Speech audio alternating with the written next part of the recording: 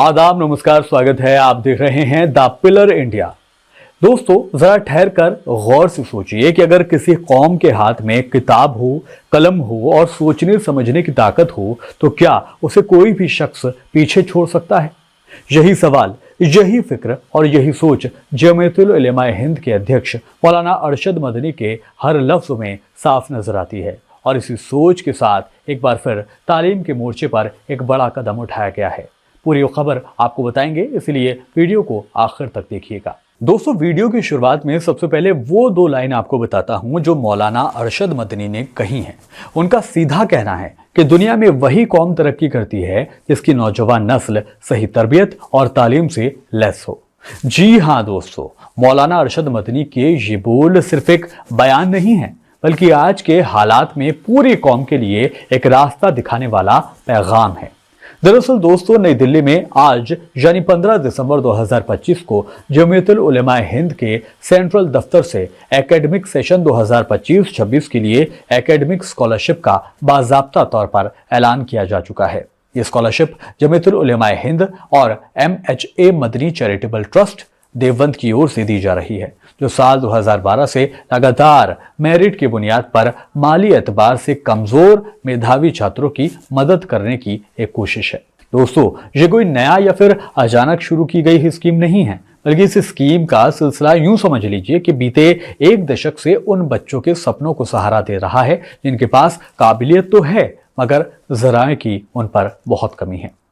चलिए आगे बढ़ते हैं वीडियो में और अब इस स्कीम से किसको फायदा मिलता है ये बताते हैं। दोस्तों, यूं समझ लीजिए, दरअसल इस स्कीम के तहत हर साल उन स्टूडेंट्स को स्कॉलरशिप दी जाती है जो इंजीनियरिंग की पढ़ाई करते हैं, मेडिकल की पढ़ाई करते हैं, एजुकेशन की पढ़ाई करते हैं, जर्नलिज्म या फिर किसी भी तकनीकी और प्रोफेशनल कोर्स में पढ़ाई करते हों, और साथ ही जिन्होंने पिछले साल की परीक्षा में कम से कम 75% नंबर हासिल किए हैं। अब अगर बात करें कि इस एकेडमिक ईयर की, तो 2025-26 के लिए स्कॉलरशिप फॉर्म जमा करने की लास्ट डेट 15 जनवरी 2026 तय की गई है। यानी जो भी इस स्कॉलरशिप के दायरे में स्टूडेंट आते हैं वो 15 जनवरी से पहले अपना फॉर्म जमा कर सकते हैं। वहीं अगर पिछले एकेडमिक सेशन की भी बात यहाँ पर कर लें तो ये आंकड़े अपने आप में बहुत कुछ कह जाते हैं, क्योंकि कई तरह के कोर्सेज में 915 छात्रों को स्कॉलरशिप दी जा चुकी है, जिनमें से 46 छात्र हिंदू शामिल थे। गौर करिएगा दोस्तों, इस स्कॉलरशिप को हासिल करने वाले स्टूडेंट्स में 46 स्टूडेंट हिंदू धर्म के हैं। यानी ये आंकड़ा इस बात का जिंदा सबूत है कि जमीयतुल उलमा हिंद का काम धर्म के दायरे में बंधा हुआ नहीं है, बल्कि ये पूरी तरह इंसानियत और जरूरत के उसूल पर खड़ा हुआ है। इतना ही नहीं दोस्तों, छात्रों की बढ़ती तादाद और जरूरत को देखते हुए भी पिछले साल स्कॉलरशिप की कुल रकम जो थी उसको बढ़ाकर 2 करोड़ रुपए तक कर दिया गया था। और इस मौके पर मौलाना अरशद मदनी ने कई बातें भी कही। उन्होंने कहा कि उन्हें इस बात की गहरी खुशी है कि इस छोटी सी कोशिश से कई ऐसे होनहार और मेहनती बच्चों का मुस्तकबिल संवर सकता है जिन्हें सिर्फ माली मजबूरियों की वजह से अपनी पढ़ाई छोड़ने का पछतावा होता है या पढ़ाई छोड़ने का डर उन पर बना रहता है। लेकिन मौलाना मदनी की बात सिर्फ स्कॉलरशिप तक सीमित नहीं रही, बल्कि उन्होंने दोस्तों इन दिनों देश के जो मौजूदा हालात हैं उसकी ओर भी इशारा करते हुए कहा कि आज देश में जिस तरह की मजहबी और वैचारिक लड़ाई शुरू हो चुकी है उसका मुकाबला ना तो हथियारों से किया जा सकता है और ना ही किसी तकनीक से किया जा सकता है। इस संघर्ष में अगर कामयाबी हासिल करनी है तो उसका एक ही रास्ता है और वो है हाई एजुकेशन। यानी मौलाना मदनी का साफ कहना था कि हमें अपनी नई पीढ़ी को इतना काबिल बनाना होगा कि वो अपने ज्ञान को हथियार बनाकर इस वैचारिक संघर्ष में डट सके और उन मंजिलों तक भी पहुंच सके जिनके रास्ते आज सियासी तौर से मुश्किल और सीमित कर दिए गए हैं।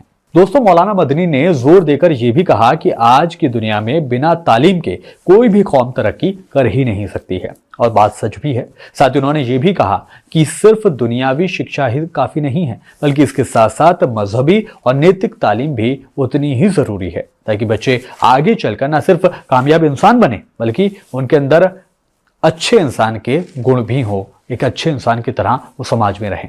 उन्होंने कहा कि आज सख्त ज़रूरत इस बात की है, ऐसे स्कूलों की और कॉलेजों की है जहां दीनी माहौल में बिना किसी रुकावट और भेदभाव के बच्चों को हायर एजुकेशन हासिल करने का मौका दिया जा सके। दोस्तों, मौलाना मदनी ने कौम के संपन्न और प्रभावशाली लोगों से इस बात की भी अपील की कि जिन्हें अल्लाह ने दौलत से नवाजा है वो आगे आएं और लड़कों व लड़कियों के लिए अलग अलग तालीमी इदारे बनाने की कोशिश करें।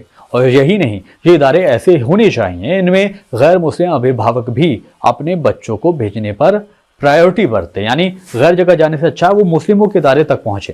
क्योंकि दोस्तों, इससे न सिर्फ भाईचारे और आपसी मेल जोल का बढ़ावा मिलेगा, बल्कि मुसलमानों के खिलाफ फैलाई जा रही योजनाबद्ध गलतफहमियों का भी खात्मा हो सकता है। दोस्तों, वहीं मौलाना मदनी ने धर्मांतरण के मुद्दे पर भी अपनी बात रखी। उन्होंने बोलते हुए इसे एक खतरनाक फितना करार दिया है। उन्होंने ये कहा है कि मुसलमानों के खिलाफ एक सोची समझी साजिश के तहत चलाया जा रहा एजेंडा है, जिसमें खास तौर पर हमारी बेटियों को निशाना बनाया जा रहा है। अगर इसे रोकने के लिए फौरन और असरदार कदम नहीं उठाए गए तो आने वाले वक्त में हालात बेहद खराब हो सकते हैं, बेहद संगीन हो सकते हैं। मौलाना मदनी ने अपनी बात को साफ करते हुए कहा कि इस फितने को बढ़ावा को एजुकेशन से मिला है, यानी जहां लड़के और लड़कियां एक साथ एक क्लास में पढ़ते हैं, और इसी से परेशानी का इजहार किया गया है। और इसी वजह से उन्होंने इसकी पहले भी मुखालफत की थी। वो बात और है कि मीडिया ने इस बात को गलत ढंग से पेश करते हुए इस तरीके से तोड़ मरोड़ कर पेश किया कि भाई मौलाना मदनी तो लड़कियों की शिक्षा के खिलाफ है। आपने देखा भी होगा किस तरीके से चलाया गया था। हालांकि हकीकत ये है कि वो एक को एजुकेशन के विरोधी हैं, ना कि लड़कियों की तालीम के।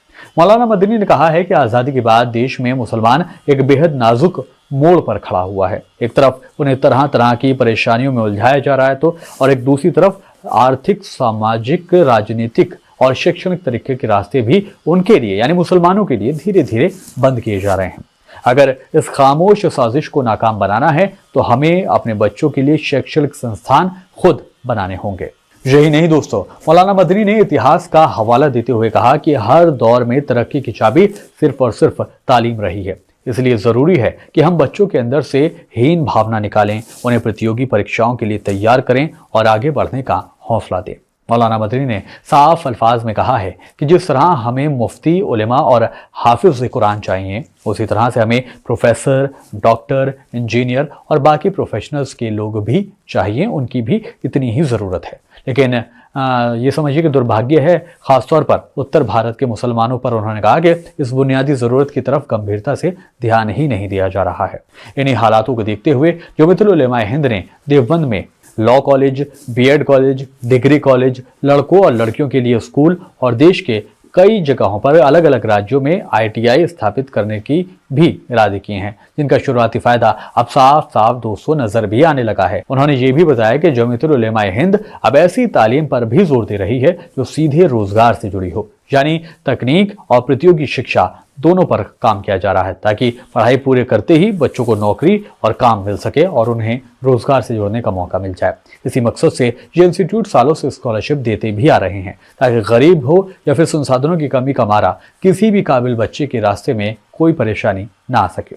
दोस्तों, अपनी बात के आखिरी हिस्से में मौलाना मदनी ने एक उम्मीद की किरण दिखाते हुए कहा है कि हमारे बच्चों में किसी तरह के टैलेंट की कमी नहीं है। उन्होंने सर्वे रिपोर्ट का भी हवाला दिया। उन्होंने कहा कि मुस्लिम बच्चों में न सिर्फ शिक्षा का ग्राफ ऊपर गया है, बल्कि पढ़ाई के लिए इंटरेस्ट भी पहले से काफी ज्यादा बढ़ गया है।